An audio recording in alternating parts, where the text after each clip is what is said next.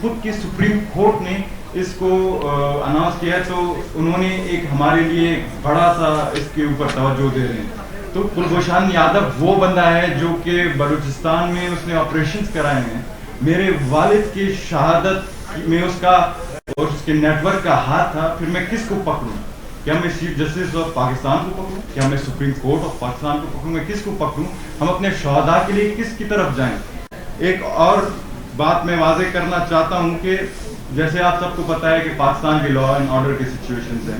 تحریک لبیک اور پاکستان اور Balochistan liberation army جو کہ BLA کے نام سے مشہور ہے, اس جیسے دہشت گرد و تنظیموں کو کیوں کھلی چھوٹ دیا جا رہا ہے جنہوں نے 85,000 جو سے زائد پاکستانیوں کو شہید کیا, خواہ وہ سول لائن سے ان کا تعلق ہو یا ملٹری لا انفورسنگ ایجنسی سے ان کا تعلق ہو. اس کے علاوہ اگر آپ جائیں گے جو گلوبل ٹیررسٹ انڈیکس ہے اس میں اگر آپ دیکھیں تو پاکستان کی جو دہشت گردی کے جو متاثر ملکوں میں سر فہرست ہے. اس کی 2023 میں صرف 2,700 شہادتیں ہمارے لوگ شہید ہوئے. تو ہم کس کے پاس جائیں؟ تو دہشت گردی کی جو یہ عروج ہے اس کی جو اسی وقت اگر ہم جو فوجی عدالتیں ہیں اس کو ختم کر رہے ہیں تو یہ تو ہمارے ساتھ پوری تضاد ہوئی. ہم اپنے شہداء کے بچوں کو, ان کے خاندانوں کو ہم کیا جواب دیں گے جو کہ ایک مخصوص جو مائنڈ سیٹ کے ججز کی وجہ سے جو پاکستان کے جو عدالتی نظام ہے اس میں جو شکست پڑی ہے. تو ہم کس کو پکڑیں کہ ہمارے شہداء کو ہم انصاف دیں؟ یہ جو ایکٹ ہے پاکستانی آرمی کے لیے بڑا مورل ایکٹ ہے. ان لوگوں کے لیے بڑا یہ افسوسناک ایکٹ ہے جو کہ اس ملک کے لیے انہوں نے پہلے بھی شہادتیں دی ہیں اور آگے بھی دریغ نہیں کریں گے. تو خدا را اس فیصلے پر نظر ثانی کرے. ہم سارے ایک کاز کے لیے اکٹھے ہوئے ہیں مختلف جگہوں سے, لیکن ہمارا مشن ایک ہے کہ ہم نے شہادتیں قبول کی ہیں لیکن پاکستان کے جو سیکیورٹی ہے یا پاکستان کے نام پر کوئی کمپرومائز نہیں کیا. تو خدا را اس پر آپ نظر ثانی کریں. آپ شاید طریقے طالبان کہنا چاہتے ہیں. طریقے طالبان. مائک ذرا قریب تھا, مائک قریب تھا. میرا نام فوزیہ ہے اور میں دلی بلوچستان سے تعلق رکھتی ہوں. میں فدر 31/1999 میں شہید ہوئے. تو آج یہاں پہ آنے کا مقصد ہے کہ میں اپنی آواز بلند کرنا چاہتی ہوں جہاں تک میری آواز جا سکتی ہے کہ جو ملٹری کوڈ ہے اس کو دوبارہ بحال کیا جائے, کیونکہ یہ ہم سب کی آواز ہے. کرگل وار میں جب 400 شہداء صرف گلگت بلتستان میں سے تھے تو ان سب کا خون رائگاں ہو رہا ہے. صرف کرگل وار میں تھے, اس طرح بہت سارے وار ہوئے. اب تک جتنے بھی شہداء ہیں ان سب کا خون ہم رائگاں جانے نہیں دیں گے. ہم اپنی آواز بلند کریں گے. ایک شہید کی بیٹی ہونے کے ناطے میں اپنی آواز بلند کروں گی. یہ ایک ریکویسٹ ہے کہ جو آرمی کوڈ ہے اس کو دوبارہ بحال کریں. Thank you.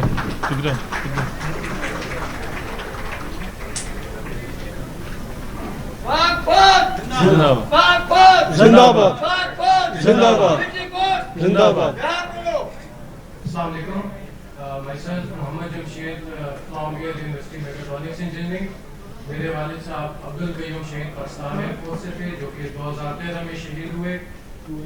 میں آپ لوگوں سے کوئی اس طرح ایک فارمل ڈسکشن نہیں, میں آپ لوگوں سے اپنے دل کی چند باتیں شیئر کروں گا کہ جب سے ہمیں اس افسوسناک واقعہ جس کو اگر ثانیہ قرار دیا جائے تو کم نہیں ہے جو کہ اکثر سپریم کورٹ نے اور ان کے ججز نے ہمارے سامنے رکھا. میں اگر اپنے والد کا ذکر کروں تقریباً 2013 میں بلوچستان میں انہوں نے جام شہادت نوش کیا جو کہ ایک بم دھماکے کی وجہ سے ہوئی ان کی شہادت. تو اس شہید نے ادھر جتنے یہ لوگ یہاں پہ اکٹھے ہوئے ہیں اس شہید نے تو اپنے ملک سے اپنی قوم سے جو وفا کرنی تھی وہ تو وہ لوگ کر گئے. اس قوم نے جو اس شہید سے وفا کرنی ہے وہ اس قوم میں بالکل بھی نہیں نظر آ رہی کہ ہم لوگوں نے ایک شہید جس نے قربانی دی اپنے ملک کی خاطر, ہم اسی ملک کو اگر دوبارہ اس کی قربانی دینے کے باوجود ہم دوبارہ دور پہ لگا دیں اس صورت میں کہ جتنے ہم لوگوں کے ایکٹس تھے جو ان حادثات کی جس وجہ سے لوگ